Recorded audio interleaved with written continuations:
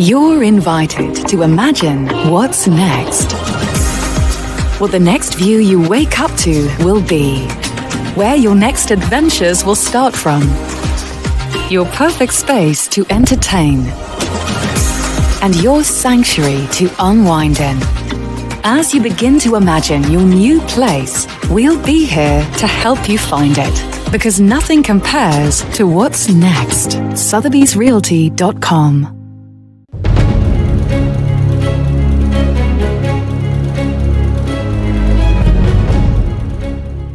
India's 2011 census estimated that 2.2% of India's population has disabilities.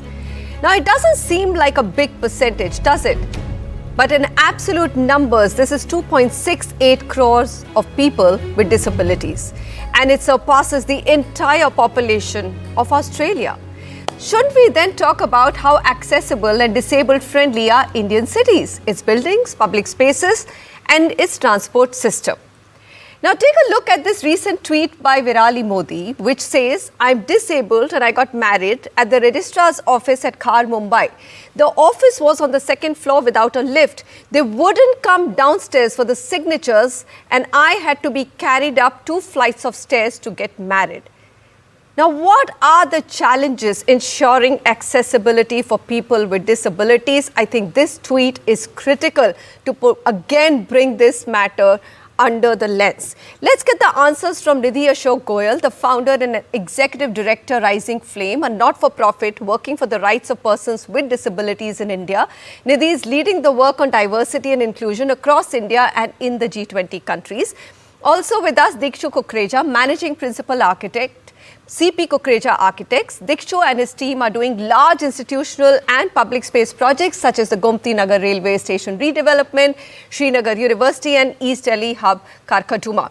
Before I go to my panelists, just for my viewers, let's take a look at what's been done so far by the Government of India to support people with disabilities. Now, in 2015, the government launched the Accessible India campaign with the goal of achieving universal accessibility for persons with disabilities in 3 areas: built environment, transportation, and communication technology. It then went on to enact the important law, the Rights of Persons with Disabilities Act in 2016.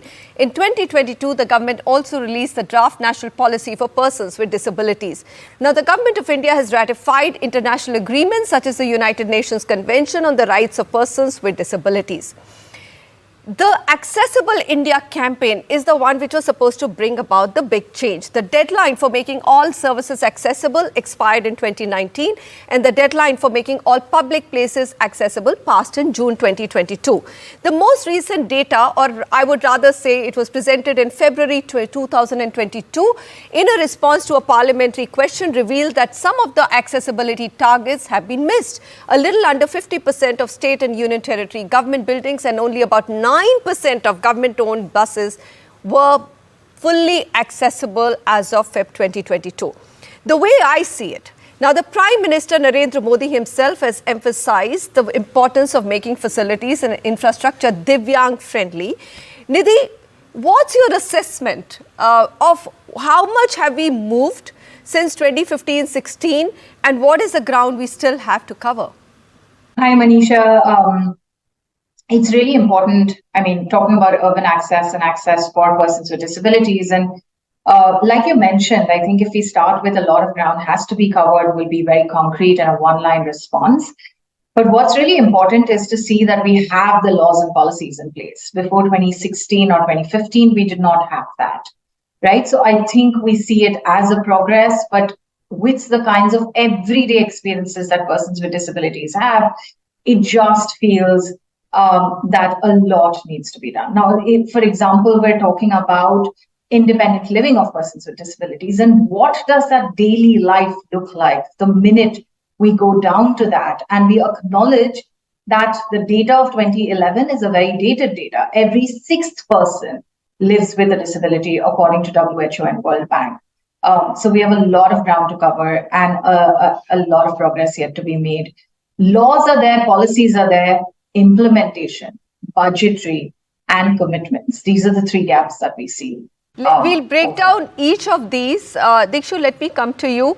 What Nidhi has said, and of course, she will be able to also give us many more experiences. I just look at it and I say, all right, so Delhi has launched e-buses which have ramps for wheelchairs. But if I look at the bus stops right next to my houses, those are at not 2.5 feet, 1 feet above the ground level. So how do we even access those buses? The space between is missing. Bringing back to that question of what she says, live a day of the life of a person with disability and then see where are we. What do you have to say for that? No, I completely agree with you that, first things first, you mentioned about certain statistics and initiatives that the government has taken in the last decade or last 7-8 years. So definitely those are steps in the right direction. And at least there's a thought process, there's some kind of commitment to looking at how people who are having certain disabilities also need to be acknowledged as full-fledged citizens with each and every right that all others have. So I think that's a very important perspective. But to the example that you are giving, and there could be tons of more such examples, Manisha, where, it's a very sort of a stopgap and haphazard approach. The holistic issue is missing. So you will have these kind of examples where certain aspects of in design have been implemented by certain agencies, but the other agencies are woefully inadequate. So the holistic experience that needs to be provided of a comfortable, be it a transportation journey or be it of going to your workplace or to the registrar's office, the example that you gave, there are gaping holes that one sees in different aspects in different public infrastructure. And for that, I would step back and off the hat of an architect, but I would say more as a citizen. I think what needs to come into our society is a level of compassion. We need to understand, yes, perhaps maybe like we celebrate many other days in the year, one of the days we should be celebrating or practicing is about living our life with those kind of compromised situations as a disabled and see what it really means then and how important it is to provide this kind of infrastructure. Well, there is a day. Globally it's celebrated, but unfortunately I think compassion is one aspect which is truly missing. You've added to the list that Nidhi has said. Nidhi, let's start with implementation and the budgetary constraint, right? These are two things, because as I see it, you can have any number of campaigns or national level of acts and laws, but the implementation is at the state level. Give us some challenges that you see on implementation of making our buildings and cities accessible. We are focusing on one aspect today because, it's a very large topic. So just public spaces and buildings, what can we do more? I want to first step back and say that and I live with a disability, right? We don't live in a compromised life. We basically, what we're saying is that we don't treat people with disabilities as equal citizens. Tomorrow, if you created a park which half the citizens could access and half could not, there would be an uproar because citizens are seen as politically important, right? What we're basically doing by leaving out persons with disabilities is saying that they're not important for us as citizens. They're not complete citizens for us.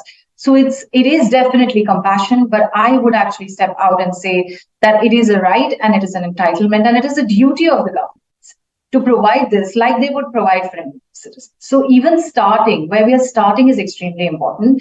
When we go to the state levels, what we're looking at is national level making the laws and policies. And then trickling down in rules. Just the notification of rules in so many states has happened so gradually. Over the years, over 5 years, the states have notified rules, right? So how do you even think about implementation when the state-wise rules have not been published? When they are, then the understanding, the knowledge, and what it means is an assessment within the state of accessibility and inaccessibility. And what do we see as public spaces that are important, right? So the minute you talk about important public spaces, and because you started with Virali's example, I'm just going to look back and say, do we see people with disabilities accessing registrar offices for marriage registrar offices? No. Do we see people with disabilities wanting to access parks? No. So our conversation also, albeit extremely important, starts getting limited to buses and railways, because that's an everyday mode of transport, right? But what we want to really see is full lives of persons with disabilities. And for that, acknowledging them as full people and full citizens is extremely important, be it at the center of the state, and at the state, publishing the rules, the assessment and the budgetary culling out. When you go to the center and do advocacy, and it's not this government, in any government regime, the idea is that go to the states and talk to them. We go to the states, they're like, but the center came out with this law. We still don't have possibilities to cull out budgets, right? And then the deprioritizing of what really means access or public spaces that people with disabilities, because of our imagination of what they can and cannot. I agree. And, look at me, even as an anchor, I'm asking questions about buildings and I'm asking questions to you about buses, and railway stations, but I'm not asking about other spaces. We are also still so narrow in our thinking, and thank you for raising that aspect as well. Dikshu, to you, I have a question. Are our future spaces, look, a majority of India still has to be built, right? Are our future spaces that you're designing today as architects, and these are large public spaces, are you thinking of the entire journey, as mentioned by Nidhi, on a differently abled or a person with disabilities can access? Manisha, do we have hope on that front?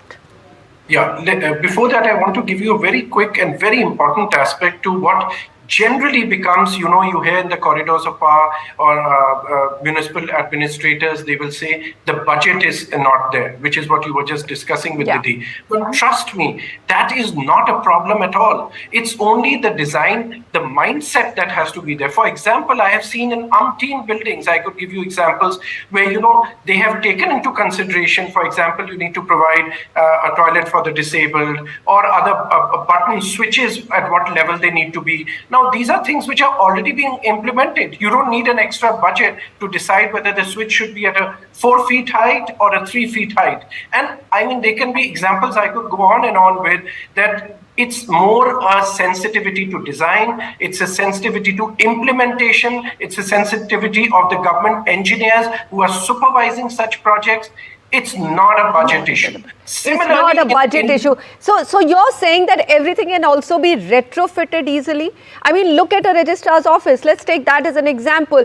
I mean, right now we have a target of 50% of our public spaces becoming, accessible to people with PwD people. But if it's not a budget constraint, then why not 100%?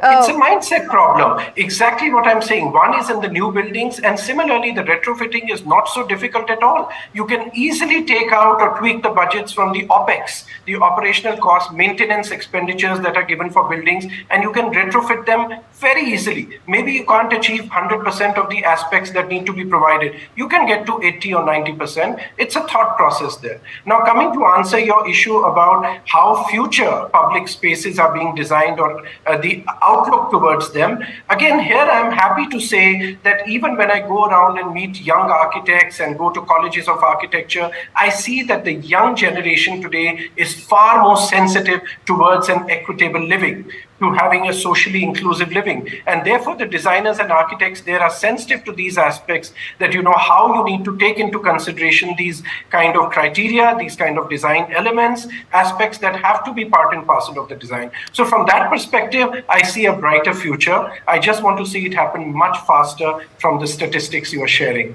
Nidhi, we're going to conclude with what are the 3 key changes that you would like to see going forward to be able to live a life which is absolutely challenge-free and full, and as you deserve to be a full-fledged citizen of this country and enjoy every aspect of it. So I will have to resonate with what was said around 1 is very important, is a mindset change. 2 is knowledge, building knowledge around not just accessibility, but the understanding of aesthetics and accessibility can go hand in hand. And many such budgets and accessibility can go hand in hand. And the 3rd is commitment. I think without that commitment, you can be sensitive for all you want, and then you'd be like, no, but, and the buts need to go and the commitments need to come in. So I think if I had to really summarize, 3 sharp points would be mindset shift, the knowledge building and understanding, so removing the ignorance, And the third would be a very staunch, unwavering commitment. You've just summed it up for me. I have no words left, but thank you very much. This is a topic that I've been wanting to do for some time. We got a very big reason to do it and bring it to the limelight. I hope everybody watching the show moves in that direction of compassion, commitment, and knowledge to make every part of our public space and private space accessible to everybody. Nidhi and Dikshu, thank you very much for joining me. On the other side, in Inspire India, we bring you a heartwarming story of an NGO working tirelessly to educate and rehabilitate people with disabilities.